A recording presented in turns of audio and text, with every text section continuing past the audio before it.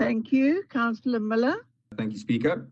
Okay, this suicidal budget has placed one of the heaviest financial burdens on Cape Town taxpayers in the almost 400-year history of this beautiful city. Today, we note adjustments to that budget which simply continue the daylight robbery of Cape Town taxpayers by a DA-run government that is intent on pursuing its ANC-lite communist policies, regardless of the destruction it may cause to the entrepreneurs, working and middle classes which keep Cape Town's economy alive. When we look at the various areas of expenditure, we see that the DA continues to relentlessly pursue its population densification agenda and the expansion of informal settlements without any consideration for the impact this will have on our failing infrastructure, overflowing sewage pipes, mass influx of economic migrants, and as we discovered in their policy of open borders, to invite the whole of Africa to come and live on welfare in Cape Town. This policy, called Opportunity Beyond Borders, sees a budget like this being used to subsidize illegal immigrants to take advantage of hardworking and struggling Cape Town residents and taxpayers. Our generosity and goodwill is being used against us to fund an endless flow of people who seek better lives than what their own countries can provide, until eventually Cape Town will become exactly like the very countries those refugees flee from. This lavishly socialist and massive budget, in conjunction with the DA's pro-immigration policies, are the very reason that the economy is on its last legs and Cape Town residents can barely afford to pay rent or feed their families.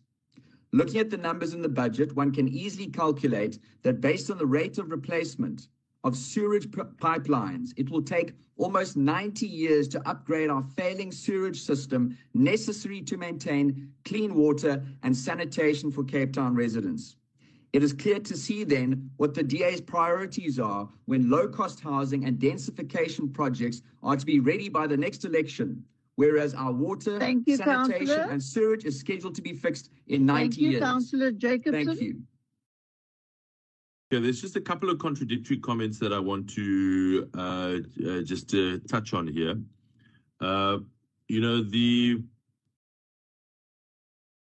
There's a inherent contradiction in the positions of both Councillor Jacobson and Councillor Miller. They increasingly find themselves closer and closer together politically. But they both say not enough is being done about a whole range of infrastructure problems that they list.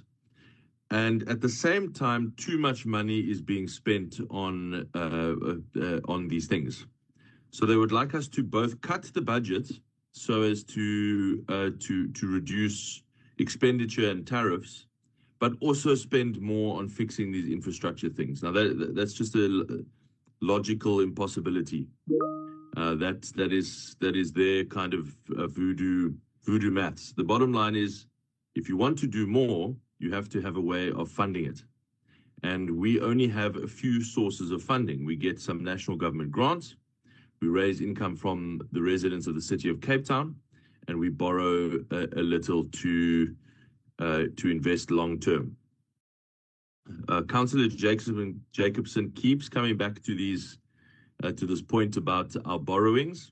The fact is that we borrow extremely responsibly. We have the lowest debt of any city in South Africa by a long way, and we borrow at very favorable terms. Usually, we get much more favorable terms than you and I would even get buying a house on the open market in using a bond. So I think they should really just go and reconsider their maths and think about the points that they're making and whether they make logical sense, because I think they'll find that they do not. The truth is, we would love to spend much more on infrastructure. We already outspend every other city. We outspend most other cities combined, in fact. But of course, I agree that there is much more to do. We would love to replace 1,000 kilometers of pipeline a year. We'd love to fix all of and upgrade all of the wastewater treatment works at once, and so much more besides. But that is billions and billions of rands in additional expenditure.